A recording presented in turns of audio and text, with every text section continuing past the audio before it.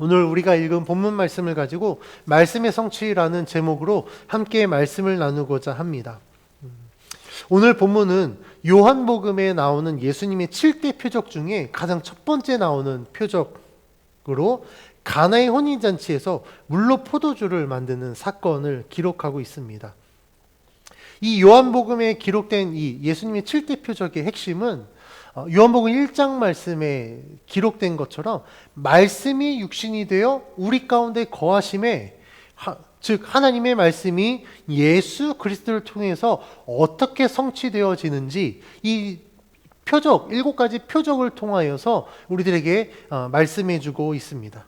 그래서 이 표적들을 살펴보면 예수님이 말씀하시고 그 말씀대로 정말 표적이 이루어짐을 통하여서 말씀을 듣는 자들이 그 말씀에 순종했을 때 예수님이 어떻게 이루시는지, 그 말씀을 이루시는지를 이야기하고 있습니다.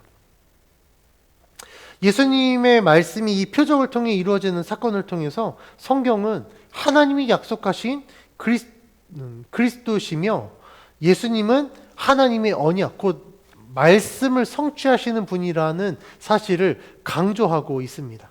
그래서 예수님의 말씀을 듣고 그 말씀을 믿는 자들은 예수님을 통하여서 하나님의 언약 가운데 들어갈 수 있고 또 하나님의 말씀이 성취되는 것을 통하여서 하나님의 영광 가운데 함께 참여하게 됩니다. 그렇다면 오늘 본문에 나오는 이 첫 번째 표적을 통하여서 성경이 우리들에게 무엇을 말씀하고 있는지, 그리고 또 우리들에게 주시는 은혜가 무엇인지 함께 살펴보고자 합니다. 오늘 본문의 내용에서 저는 이 표적에 집중하기보다 이 표적을 일으키시는 예수님이 누구인가를 집중해서 오늘 설교를 하고자 합니다. 가나의 혼인잔치, 물이 변화의 포도주가 된 이 사건은 사실 교회를 다닌 성도들이라고 한다면 적어도 최소 한 번 이상은 아마 설교를 들었을 거예요. 그리고 많이 들어서 좀 유명한 사건입니다. 그래서 본문의 내용 전체를 제가 따로 설명하지 않겠습니다. 오늘 이 본문 1절에서 2절 내용에서는 예수님을 혼인잔치에 참석하는 하객의 한 사람으로 묘사하는데 다 같이 1절에서 2절 말씀 함께 봉독해 보겠습니다. 시작. 사흘째 되던 날 갈릴리 가나에 혼례가 있어 예수의 어머니도 거기 계시고 예수와 그 제자들도 혼례의 청함을 받았더니 아멘. 방금 읽은 본문은 예수님을 혼인잔치의 하객 중에 한 사람으로 표현합니다. 예수의 어머니 마리아가 그 자리에 있었고 예수님과 그 제자들도 청함을 받은 것으로 보아 아마도 이 혼인잔치의 신랑 아니면 신부 아니면 그들의 혼주가 아마도 예수님의 친척 중에 한 사람이 아닐까 싶어요. 그러니까 그의 어머니도 초청하고 이제 예수님도 초대했을 것입니다. 그런데 이 예수님과 그의 제자들이 이 혼례의 청함을 받았던 이 내용을 통해 예수님이 혼인잔치의 하객 중에 한 사람으로 묘사가 되는 것 같지만 엄청난 반전이 일어납니다. 분명히 예수님은 혼인잔치에 초대를 받은 하객입니다. 그렇죠? 그런데 성경은요, 혼인잔치라는 이 배경 가운데 초대받은 예수님께 집중하고 있다는 사실이에요. 자, 보통 혼인잔치라고 하면 이 혼인잔치의 주인공은 누구입니까? 신랑과 신부죠. 그리고 사실 저는 조금 동의하기 어렵지만 그 결혼식의 꽃은 신부다. 남자 꽃은 아니니까. 그렇습니다. 그만큼 이 결혼식은요, 신랑과 신부에게 꽉 집중되어 있습니다. 그런데 오늘 성경의 본문은요, 혼인잔치의 배경에 신랑과 신부에게 집중하는 게 아니라 하객으로 초대받은 예수님께 집중하고 있다라는 거예요. 그러니까 가나의 혼인잔치는 그냥 배경에 대한 설명일 뿐, 이 성경은요, 이 혼인잔치 그리고 신랑 신부가 누구인지, 그들이 어떻게 해서 결혼하게 됐는지, 그들의 부모 혼주는 누구인지에 대해서 전혀 관심이 없습니다. 성경은 오로지 예수님께만 관심이 있습니다. 왜냐하면 오늘 본문은 이 혼인잔치에 일어난 아주 중요한 사건에 대해서 이야기하고 있기 때문에 그렇습니다.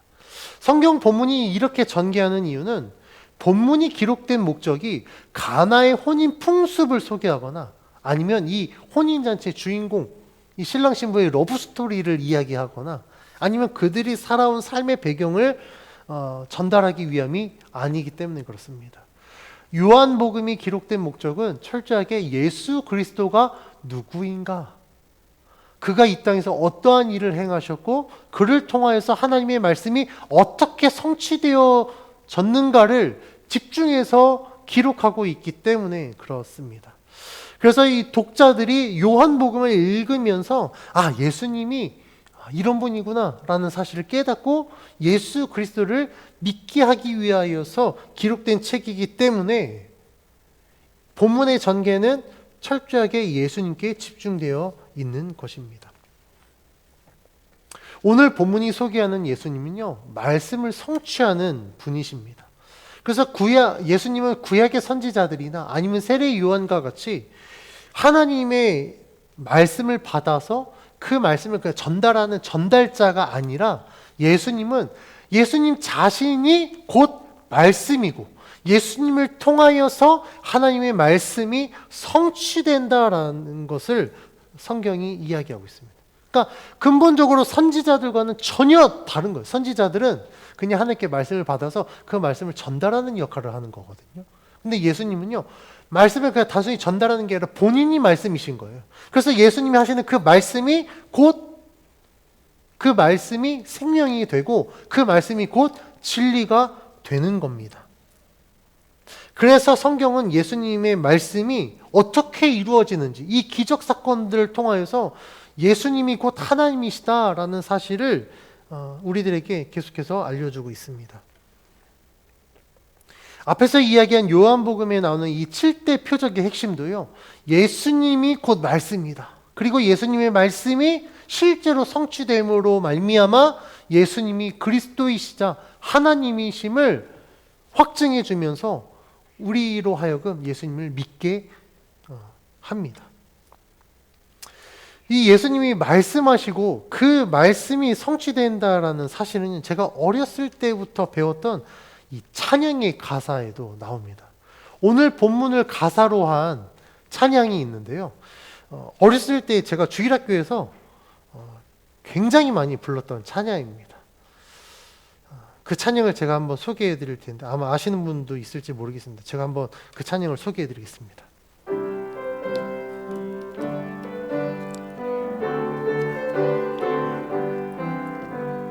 예수님이 말씀하시니 물이 변하여 포도주 됐네.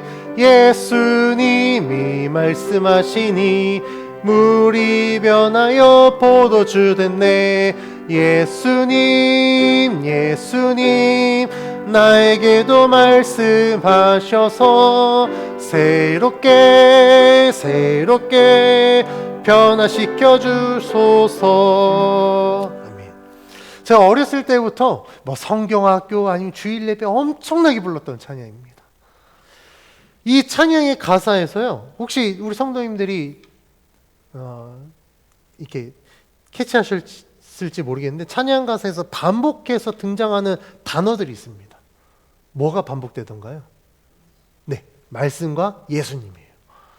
예수님과 말씀이 계속해서 반복됩니다. 저는 어렸을 때 이 찬양이 이렇게 복음적이고 성경적인지 몰랐어요. 그냥 막 예수님이 말씀하시니 주일학교 때 그냥 습관처럼 불렀거든요. 그런데 제가 신학을 공부하고 성경을 연구하고 설교를 하면서 이 찬양이 이렇게 복음적이고 성경적인지 저는 새삼 깨닫게 되었습니다. 그러면서 제가 다시 한번 깨닫게 된 건 뭐냐면 의미는 몰랐지만 어렸을 때부터 익숙했던 이런 것들이 나중에 이게 정말 성경적인 이 가운데 복음이 있구나라는 것을 깨달았을 때 은혜가 얼마나 크게 되는지. 그래서 이래서 어렸을 때부터 신앙교육이 그래서 중요하구나. 그래서 제가 어렸을 때 목사님들이 알든 모르든 일단 들어. 무조건 들어. 많이 들어. 깨닫는 건 나중에 깨달아도 돼. 일단 들어.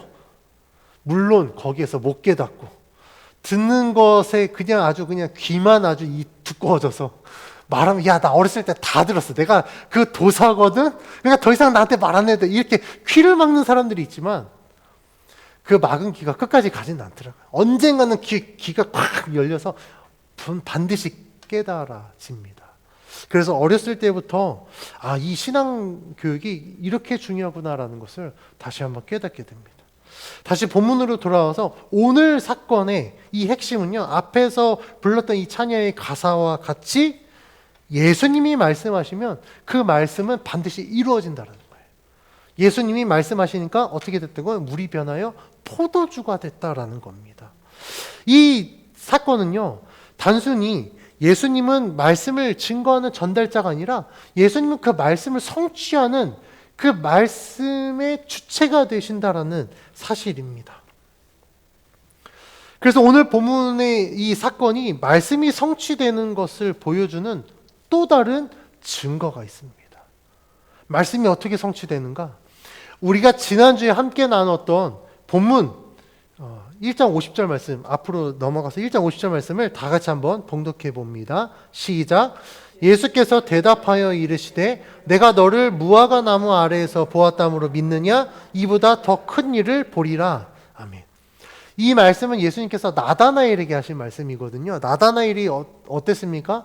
나사렛에서 무슨 선한 것이 나와? 나사렛에서 무슨 그리스도가 나와라고 반문했잖아요. 그런데 빌립이 데리고 가서 예수님이 무화과 나무에서 뭐 했는지 이야기하자마자 나다나엘이 깜짝 놀란 거예요. 그래서 예수님을 믿기로 했을 때 예수님이 나다나엘에게 하신 말씀이 방금 읽었던 이 말씀입니다. 야, 너 안 믿었었잖아. 근데 내가 무화과 나무에서 너 뭐 했는지 말하니까 네가 믿느냐? 이거 갖고 놀라지 마. 앞으로 네가 놀랄 일이 더 많이 생길 거야. 이건 빙산의 일조각이야. 앞으로 너가 더 큰 일을 보게 될 거야 라고 주님이 말씀하셨거든요. 주님이 앞으로 더 큰 일을 보게 될 거야 라고 하신 그 말씀은 무엇이냐면 예수님이 그리스도시다라는 사실을 이제 보게 될 거다라는 거예요. 그리고 나서 바로 2장으로 넘어갔죠. 그러니까 예수님이 그 말씀을 하시고 이 제자들을 이제 데리고 초청받았으니까 가나의 혼인잔치에 간 거예요. 그래서 오늘 말씀에 보니까 1절 말씀에 1절 뭐라고 시작하죠? 사흘째 되던 날. 이것은 아마 예수님께서 제자들을 부르시고 제자들이 예수님을 따르기로 하고 그리고 나서 아마 사흘째 되던 날로 표현이 되는 것입니다. 그러니까 사흘째 되던 날에 예수님께서 이제 제자들을 데리고 혼인잔치에 간 겁니다. 이 과정을 통해서도 우리가 알 수 있지만 물이 포도주로 변하고 난 뒤, 그러니까 포도주로 변한 이 과정도 굉장히 놀라운 일이지만 이 포도주로 변하고 난 뒤에 나오는 결과를 통해서 왜 이 사건이 예수님이 말씀하셨던 더 큰 일이 되는지 알 수 있습니다. 물이 포도주로 변한 사건, 이 결과를 오늘 본문 11절은 다음과 같이 이야기하는데 11절 말씀을 함께 봉독해 봅니다. 시작. 예수께서 이 표적을 갈릴리 행하여 그의 영광을 나타내심에 제자들이 그를 믿으니라. 아멘. 11절에서 예수님이 행하신 표적은 예수님의 영광을 나타내는 사건이었다라고 기록합니다. 그렇죠? 그래서 예수께서 이 첫 표적을 갈릴리 가나에서 행하여 어떻게 했다고요? 그의 영광을 나타내셨다고요. 그러면 예수님이 나타나신 이 영광은 무슨 영광입니까? 바로 독생자의 영광이요 그리스도의 영광이 되는 것입니다. 예수님이 이 영광 나타내신 이 영광은 요한복음 1장 14절에서 기록된 이 말씀이 성취되어졌다라는 것을 이야기하고 있는데 다 같이 요한복음 1장 14절 앞으로 넘어가서 1장 14절 말씀을 함께 봉독해 봅니다. 시작. 말씀이 육신이 되어 우리 가운데 거하심에 우리가 그의 영광을 보니 아버지의 독생자의 영광이요 은혜와 진리가 충만하더라. 아멘. 이 영광이 무슨 영광이라고요? 1장 14절 말씀에 보니까 그의 영광은 아버지 독생자의 영광이다라고 말씀하고 있습니다. 즉, 이 내용을 우리가 살펴보면 말씀이 육신이 되었다 라는 것은 예수 그리스도가 곧 말씀이시다라는 것을 의미합니다. 그 말씀이신 예수 그리스도께서 첫 표적을 통하여서 영광을 나타내셨는데 그 영광이 1장 14절에 보니까 아버지의 독생자의 영광이고 그 영광을 통하여 하나님의 은혜와 진리가 충만하게 되었다라는 거예요. 그러니까 예수님께서 이 첫 표적을 통하여서 그의 영광을 나타내셨더니 그 자리 가운데 있었던 자들이 그의 영광을 함께 보고 요한복음 1장 14절에서 약속하신 것처럼 그들 가운데 은혜와 진리가 충만하게 되었습니다. 그러면 그 은혜와 진리가 충만하게 된 일은 무엇인가 봤더니 그들이 예수 그리스도를 믿게 된 일입니다. 이것을 통하여서 우리가 예수님이 말씀하신 더 큰 일이 무엇인가를 알 수 있습니다. 예수님이 말씀하신 더 큰 일은 바로 그들이 그리스도에 대해서 알고는 있었습니다. 그리고 그 그리스도를 사모하고 기다리고 있었어요. 근데 더 큰 일은 무엇이냐면 그들이 기대하고 소망하였던 그렇게 기다렸던 그리스도가 눈앞에 딱 나타나는 이 사건이 더 큰 일이라는 거예요. 그리고 예수님이 그들의 눈앞에 나타났을 때 그를 믿게 되는 이 사건들이 예수님이 말씀하신 더 큰 일이라는 겁니다. 예수님과 함께 초대되었던 혼인잔치에 참석했던 제자들은요, 자신들이 믿고 따르기로 한 스승이신 예수님께서 정말 참된 그리스도이시며 하나님의 독생자가 된다는 이 사실을 직접 경험하게 됩니다. 그래서 오늘 우리가 읽은 본문 11절 말씀에 보니까 그의 영광을 나타내셨을 때 어떠한 일이 벌어졌느냐? 제자들이 그를 믿게 되었다라고 이야기해요. 그러니까 이게 굉장한 일입니다. 우리는 이 부분에서 신앙의 아주 중요한 원리를 찾게 됩니다. 이 본문에 담겨진 신앙의 중요한 원리, 첫 번째는요, 신앙의 시작은 말씀을 듣는 것에서 시작된다라는 거예요. 예수님이 말씀을 성취하셔도요, 그 말씀을 듣지 않는 자들은요, 이것이 도대체 말씀의 성취인지, 그냥 우연의 일치인지, 정말 우리가 말하는 어떤 기적인지 전혀 모른다라는 겁니다. 그런데 말씀을 들은 자들은요, 예수님이 행하신 이 표적을 통해서, 이게 하나님이 약속하신 그 말씀이 성취된 것이구나, 라는 것을 그 자리에서 깨닫게 되고, 내가 지금까지 들었던 말씀을 본격적으로 믿게 된다라는 거예요. 그래서 제가 아까 말씀드린 것처럼 어렸을 때 듣는 게 중요한 이유가 사실 100% 그 모든 의미를 다 깨닫지 못해도 일단 들으면 내가 들었던 것이 나중에 깨달아진다라는 거예요.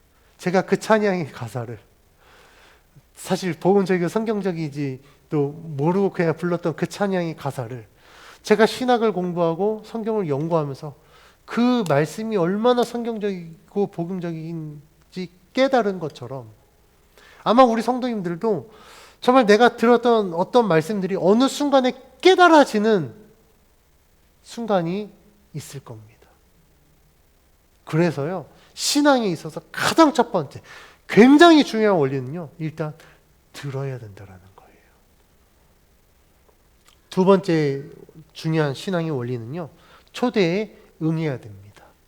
예수님이 제자들에게 예수님을 따르고 혼인잔치에 함께 초대되었잖아요. 그런데 만약에 초대되었음에도 불구하고 제자들이 그 혼인잔치에 가지 않았다고 한다면 이 물이 포도주로 변하는 이 사건, 그 사건을 통하여서 예수님의 말씀이 어떻게 성취되어지는지 눈으로 목격하지 못했을 겁니다.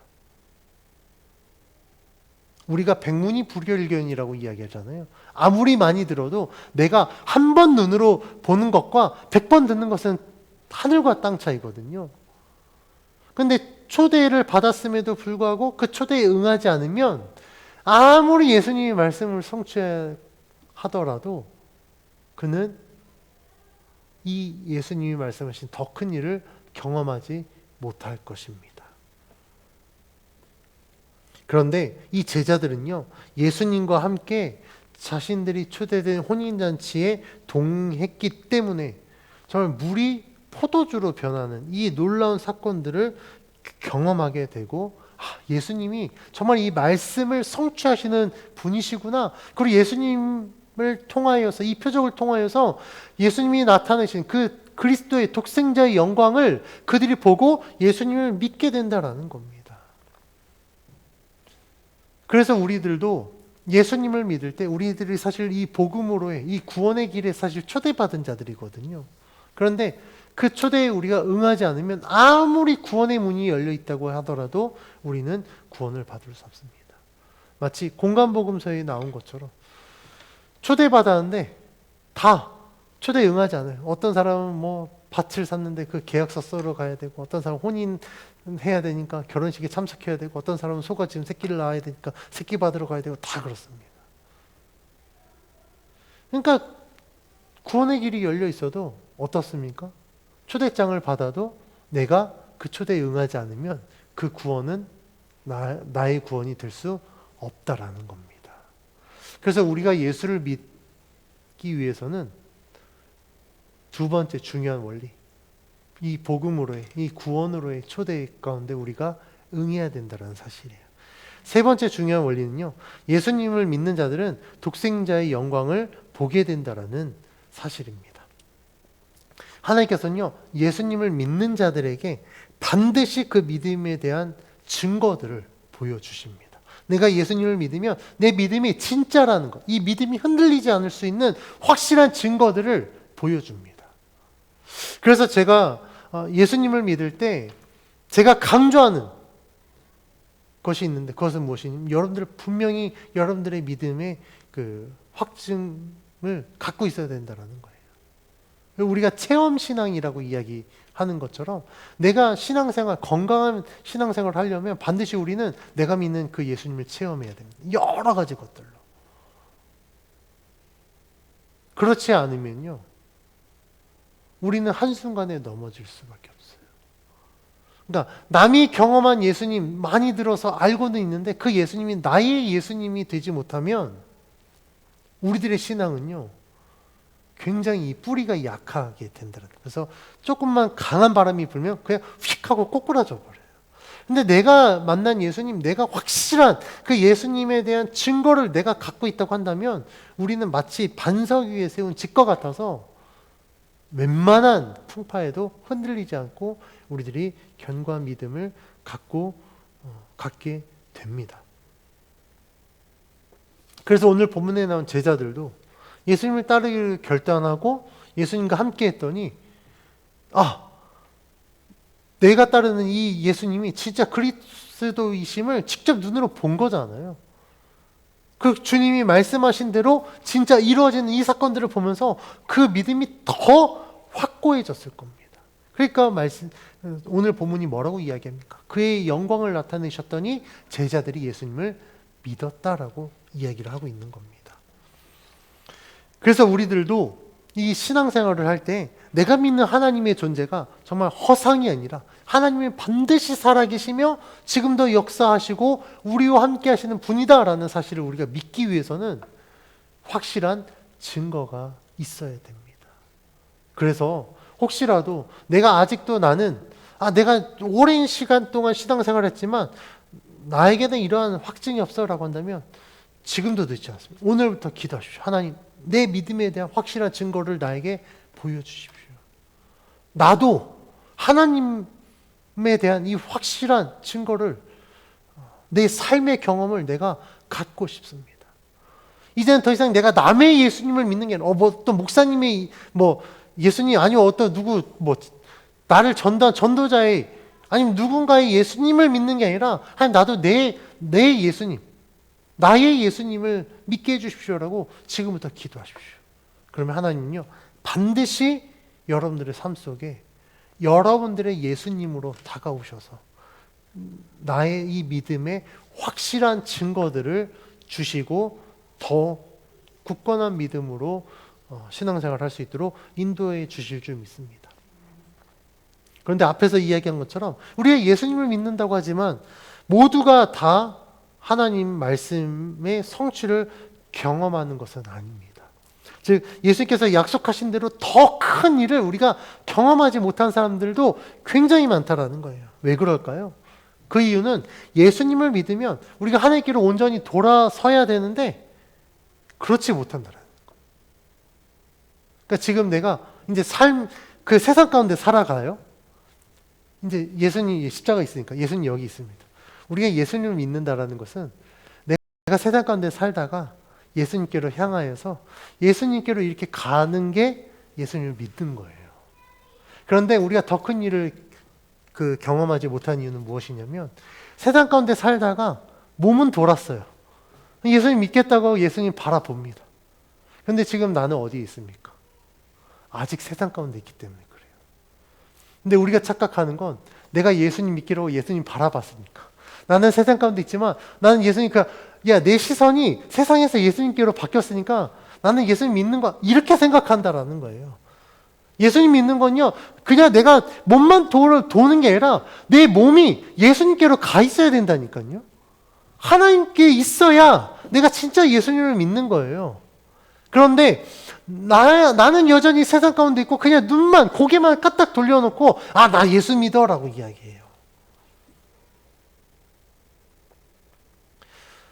어떤 경우에는요, 정말 내가 예수를 믿기로 한 순간부터 완전히 그냥 몸만 돌리는 게 아니라 그냥 내 몸이 완전히 이 예수님께로 완전히 옮겨지는 사람이 있습니다. 대표적인 예가 아마 사도 바울일 거예요. 그런데 이런 사람은요, 정말 0.00001%예요. 아주 특별한 은혜가 있지 않고서는 내가 예수님을 믿기로 결단한다고 해서 내 삶이 그렇게 언제 180도 확 바뀌지 않는다라는 겁니다.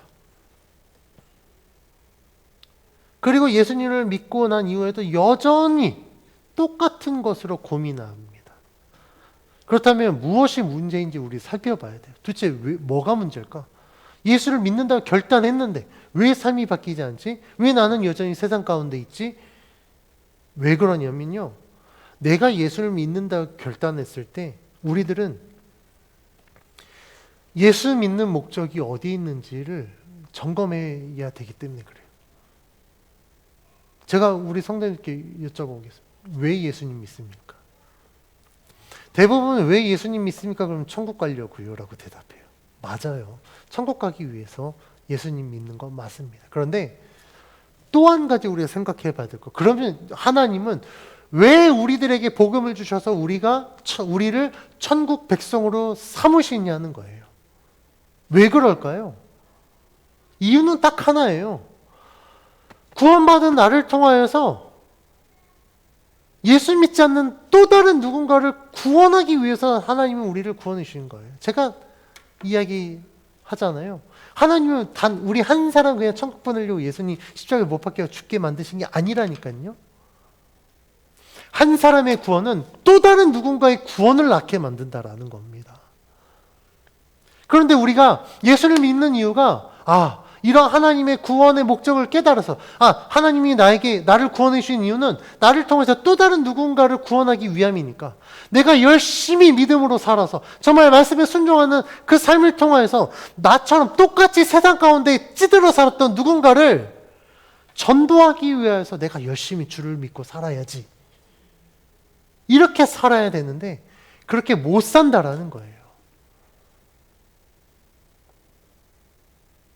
그래서 사람들마다 전도하는 대상이 전혀 다릅니다.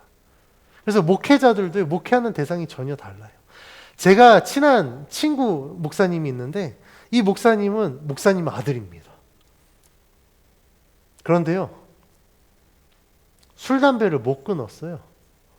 그리고 신학교 왔습니다. 심지어는 사역도 했어요. 그 친구가 이제 회심하고 나서 나중에 이야기했는데 이제 토요일 날 이제 주일에 설교 써야 되는데 설교가 안 써지는 거예요. 그럼 막 설교가 안 써지니까 설교 안 써지네 해서 나가서 담배 한 대 피우고 와서 설교 쓰고 주일날 청소년부 맡았는데 애들이 말을 안 듣는 거예요. 이놈 새끼들. 그래서 사역 끝나고 집에 가면서 열받으니까 담배 한 대 피우고 가면서 이것들을 내가 어떻게 해야 될까 그랬다고 하더라고요.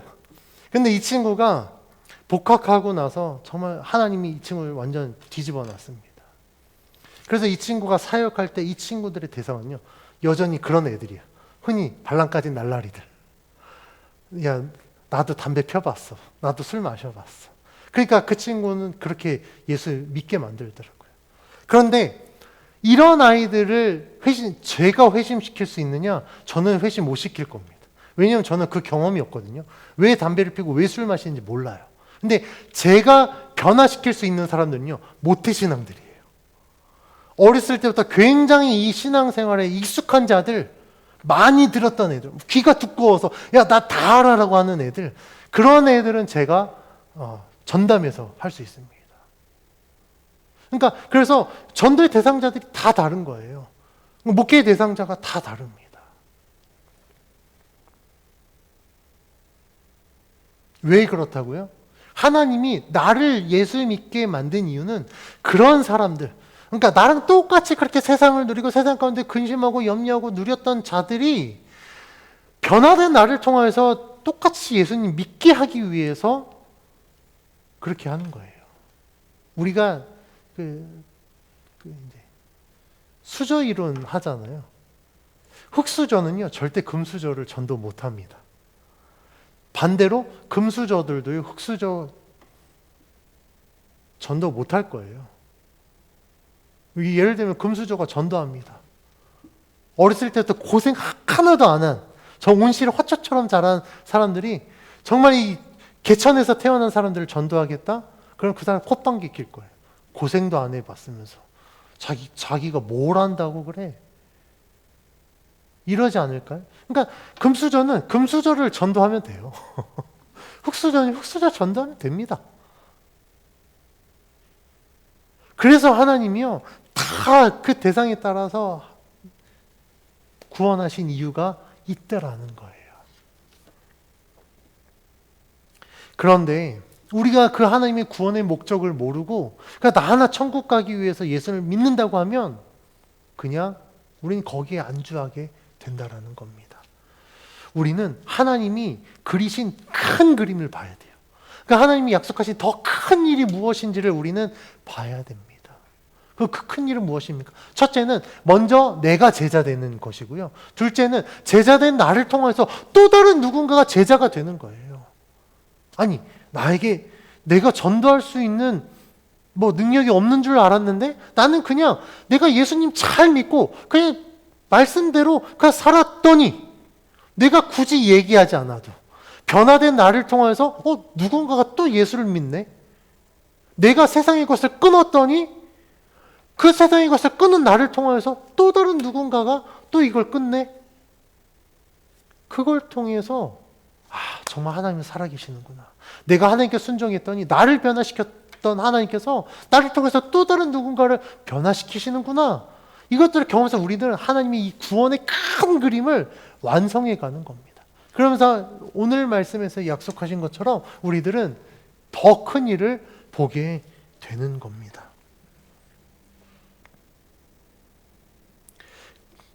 오늘 말씀에 나오는 이 제자들이 예수님을 믿게 된 이유는요, 사실 우리들과 달라요. 왜냐하면 이들은 유대인들이었거든요. 유대인들은 어려서부터 율법을 준수했습니다.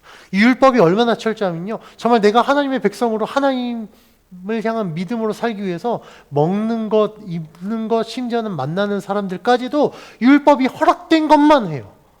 율법이 허락되지 않은 건 철저하게 절제합니다. 그 멀리해요. 그러다 보니까 세상의 것을 어떻게 정리하고 버리는 것 별로 근심하지 않았을 거예요. 고민하지 않았을 겁니다. 근데 우리는 유대인이 아니거든요. 우리는 절제는커녕 너무 많은 걸 세상에서 누렸잖아요. 얼마나 세상의 것 좋았습니까? 근데 예수님 믿고 나서 이 좋은 걸 다 버리래요. 이게 한순간에 끊어지냐고요. 안 끊어지거든요. 그러니까 우리들은 예수님을 믿는다라고 하면서도 우리들은 여전히 이 세상의 것 놓지 못해서 이거 붙들고 고민하는 거예요. 구원은 받아야 되겠고 세상의 것은 즐겨야 되겠고. 그러니까 온전히 하나님을 믿는 것이 아니라 양다리 걸치다 보니까 나중에는 가랭이 찢어지게 되는 거예요. 그러니까 죽도 밥도 안 되는 신앙생활을 하게 됩니다. 그래서 이렇게 그 신앙으로 고민하는 사람들에게 저는 이야기합니다. 그렇게 세상의 것 누리고 주일날 교회 온다고 구원받는 게 아니야. 어차피 그래도 천국 못 가. 그러니까 차라리 세상의 것이라도 잘 누리다가 어차피 지옥 갈 거 뭐로 세상의 것도 못 누리고 천국도 못 가는데 힘들게 예배 드리냐? 예배 안 드려도 돼. 안 와도 돼. 그러니까 세상의 것 즐겨. 세상에서라도 즐겨야 될 거 아닙니까? 아니 어차피 하나님 나라도 못 즐길 거 여기서도 못 즐기고 그래 얼마나 불쌍한 인생이에요. 그래서 저는 단호하게 이야기합니다. 차라리 세상의 것이라도 열심히 누리고 즐겨. 대신 그 즐기는 것에 대한 책임은 반드시 물을 것이다. 그런데 여기에서 조금 못 누린다고 해서 억울해하지 마. 이 땅에서의 삶은 우리가 뭐 100년 산다고 생각해 보자고요. 100년 참으면 상상할 수 없는 우리들의 평생을 하나님 나라에서 누릴 수 있습니다. 이걸 위해서 100년 못 누릴까요? 100년 못 참을 걸 저는 참을 수 있을 것 같아요.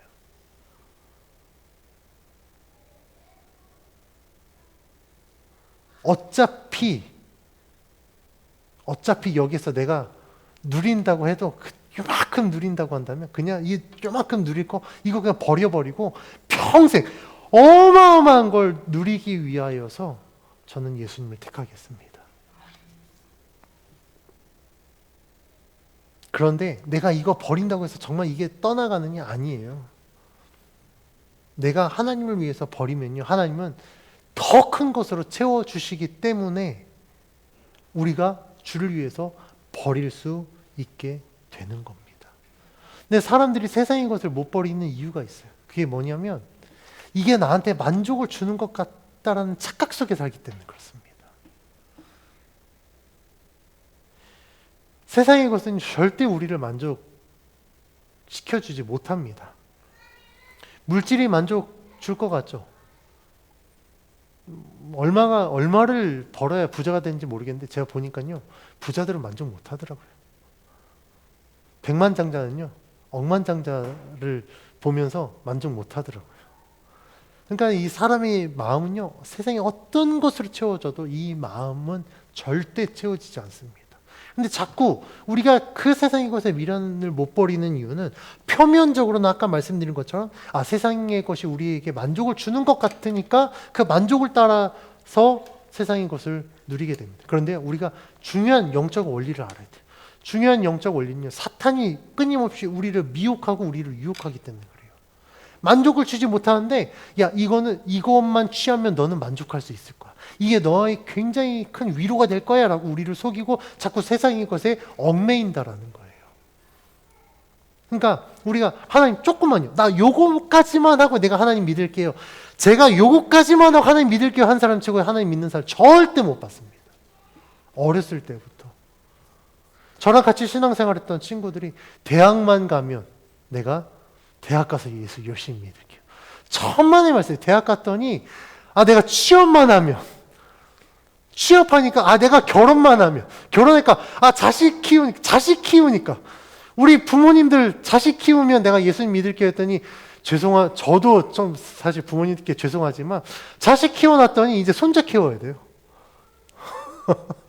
손자 키우느라 도대체 언제 그래서 손자 키워놨더니 이제 꼬부랑 할머니 할아버지 돼서 이제 힘을 정말 내가 또 주를 위해서 힘쓰는 게 아니라 세상 가운데 살면서 온갖 이제 내가 예수 이제 믿으려고 했더니 이제 저희 어머니도 그렇지만 이제 무릎, 허리 막 아픈 데가 없어요. 뭐 좀 하려고 했더니 이제 기력이 쇠해서 못하는 거예요.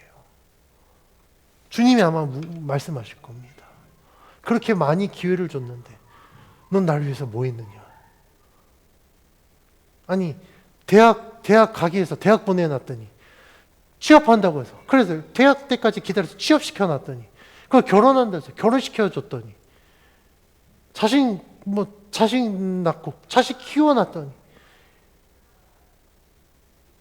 자신에게 주어진 삶을 그냥 요것만 해서 그냥 그것까지 하나님이 이루시면 돌이키느냐? 아니요, 그렇지 않더라고요. 우리는 세상의 것에 속지 말아야 됩니다. 근데 사탄은 끊임없이 우리를 그렇게 올가매고 야, 요거까지만 하고 너 예수님 믿어. 사탄의 전략은요, 이제는 예수님 아예 믿지 말라고 얘기 안 해요. 예수님 믿어도 돼. 근데 요거까지만 하고 믿어. 아니면 요거 하면서 믿어. 괜찮아. 근데 이거 하면 세상의 것 누리면서 예수 믿는다? 절대 불가능한 일이에요. 그래서 우리들은 세상의 것과 하나님을 향한 믿음 공존할 수 없다는 사실 분명히 아셔야 됩니다. 그리고 사탄은 끊임없이 우리를 세상의 것으로 우리를 올가맨다라는 것 반드시 기억하셔야 됩니다. 그리고 가장 중요한 것, 세상의 것은요, 절대 우리를 만족시킬 수 없습니다. 세상의 것이 우리를 위로할 수 있을까요? 위로 못해요. 우리의 공허함을 채울 수 있을까요? 절대 못 채웁니다. 우리들을 위로하는 건 오직 하나님이십니다. 우리의 공허함을 채우는 것도 오직 하나님입니다. 하나님이 채우시는 건요, 채워지고 나서 비워질 수가 없어요. 근데 세상의 것은 잠깐은 채워지지 못하지만 금방 빠져나가 버립니다. 그래서 오늘 본문을 통해서 우리가 반드시 기억해야 될 사실이 있습니다. 그것은 지금은 우리가 전부인 것처럼 여겼던 세상의 것이요, 우리에게 절대 만족을 줄 수 없다라는 것. 그리고 이것은 우리가 내려놓는 순간 하나님이 우리들에게 약속하신 것처럼 우리는 하나님의 더 큰 일을 보게 될 수 있다라는 겁니다. 이것이 우리의 시야를 가리기 때문에 우리는 계속해서 작은 것에만 따르고 그것에만 그냥 목숨 걸고 살아가는 삶이 된다라는 겁니다. 하나님은 지금도 우리들에게 약속하고 있습니다. 지금도 우리들에게 말씀하고 있어요. 우리가 예수님을 믿으면, 우리가 예수님을 따르겠다고 결단하면 하나님은 지금도 우리들에게 더 큰 일을 보여주시겠다라고 약속하셨어요. 그 초대에 응했던 제자들이 예수님을 따라간 순간 물이 포도주가 변화되어 정말 예수님은 말씀하신 대로 이루시는 분이구나. 예수님은 말씀이 육신이 되어 우리 가운데 거하셔서 주의 영광을 보여주시고 그 영광은 독생자의 영광이요, 우리가 그 영광을 바라봤을 때 하나님이 약속하신 놀라운 은혜와 진리가 우리의 믿음 가운데, 우리의 삶 가운데 충만하게 되는구나라는 것을 깨닫게 된다라는 겁니다. 이 약속은 오늘 본문에 나오는 이 제자들에게만 국한된 약속이 아니라 이 말씀을 읽고 이 말씀을 믿는 지금 이 시대를 살아가고 있는 우리들에게도 주어진 분명한 약속입니다. 여러분들, 예수님 믿으면, 적어도 내가 예수님을 믿으면 예수님이 약속하신 이 더 큰 일을 우리가 봐야 되지 않겠습니까? 예수 믿는다고 하면서도 큰 일을 보지도 못하면서 나는 예수님 믿는다고 했는데 도대체 하나님은 살아계신 것인지, 정말 예수님이 그리스도인지 하나도 경험하지 못하고 우리가 신앙생활을 한다고 한다면 얼마나 아깝습니까? 저는 믿음으로 여러분들에게 권면합니다. 여러분들이 예수님을 믿기로 결단하셨다면 하나님이 약속하신 그 큰 일을 여러분들이 삶 가운데 보시기를 주의 이름으로 축원합니다. 그리고 그 가운데 나타나는 하나님의 놀라우신 영광을 보고 정말 내가 하나님을 향한 온전한 믿음으로 거듭나시기를 주의 이름으로 축원합니다. 하나님이 우리들에게 주시는 이 은혜와 진리는요, 우리가 상상할 수 없을 만큼 어마어마한 것들입니다. 세상으로 만족할 수 있다고요? 절대 불가능합니다. 세상이 우리들에게 주는 만족이 요거라고 한다면 하나님이 우리들에게 주시는 만족은요, 엄청나게 큽니다.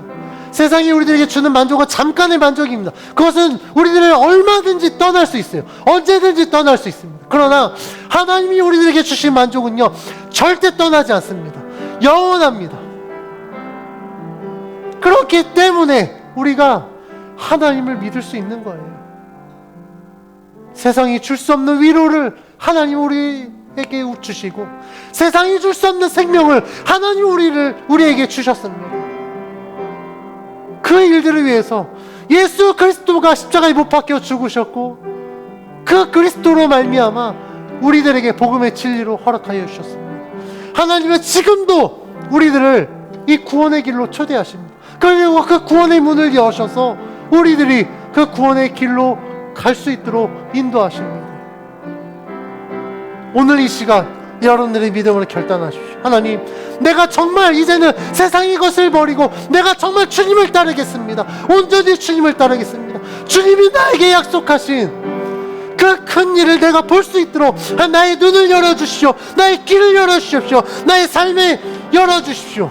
그래서 내가 그냥 나의 눈만, 나의 시선만 주님을 향하는 것이 아니라 내 몸이, 내 발걸음이 주님을 향하여서 나의 삶의 자리가 이제는 하나님을 향한, 하나님이 말씀하신 그 삶의 자리가 될 수 있도록 한 나를 인도하여 주십시오. 그렇게 믿음으로 결단할 때 하나님이 우리의 삶 가운데 역사하여 주실 줄 믿습니다.